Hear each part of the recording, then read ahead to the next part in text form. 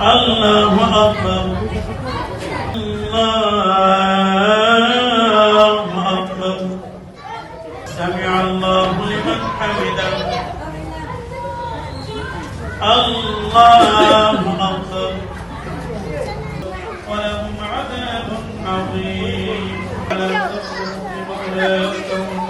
পবিত্ৰ ৰমজান মাহ আৰম্ভ হৈছে, গতিকে পবিত্ৰ ৰমজান মাহ উপলক্ষে মই সকলো অসমবাসী ৰাইজক শুভকামনা আৰু শুভেচ্ছা জ্ঞাপন কৰিলোঁ।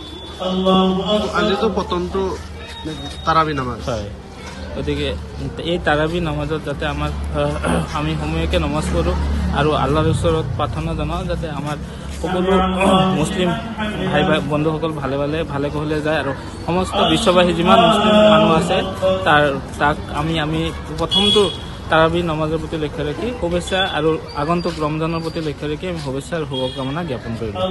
আপোনাৰ ৰাতি চেহেৰি খাব? আজি ৰাতি চেহেৰি হয়, আজি প্ৰথমটো চেহেৰি। আজি আমাৰ মানুহ ৰাতি চেহেৰি উঠিব, পবিত্ৰ চেহেৰি দিনাখন খাব আৰু প্ৰথমটো ৰোজা ৰাখিব আজিৰ পৰা। الله أكبر الله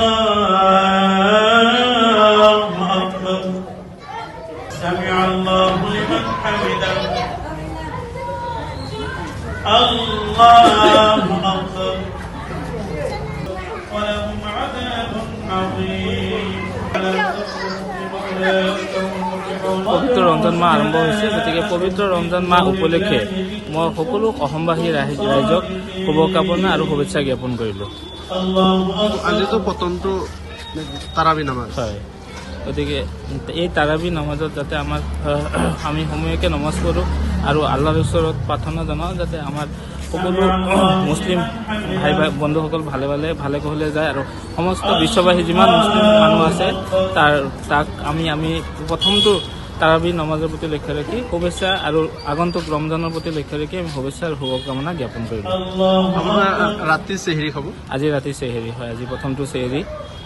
আজি আমাৰ মানুহ ৰাতি চেহেৰি উঠিব, পবিত্ৰ চেহেৰি দিনাখন খাব আৰু প্ৰথমটো ৰোজা ৰাখিব আজিৰ পৰা। পবিত্ৰ ৰমজান মাহ আৰম্ভ হৈছে, গতিকে পবিত্ৰ ৰমজান মাহ উপলক্ষে মই সকলো অসমবাসী ৰাইজক শুভকামনা আৰু শুভেচ্ছা জ্ঞাপন কৰিলোঁ।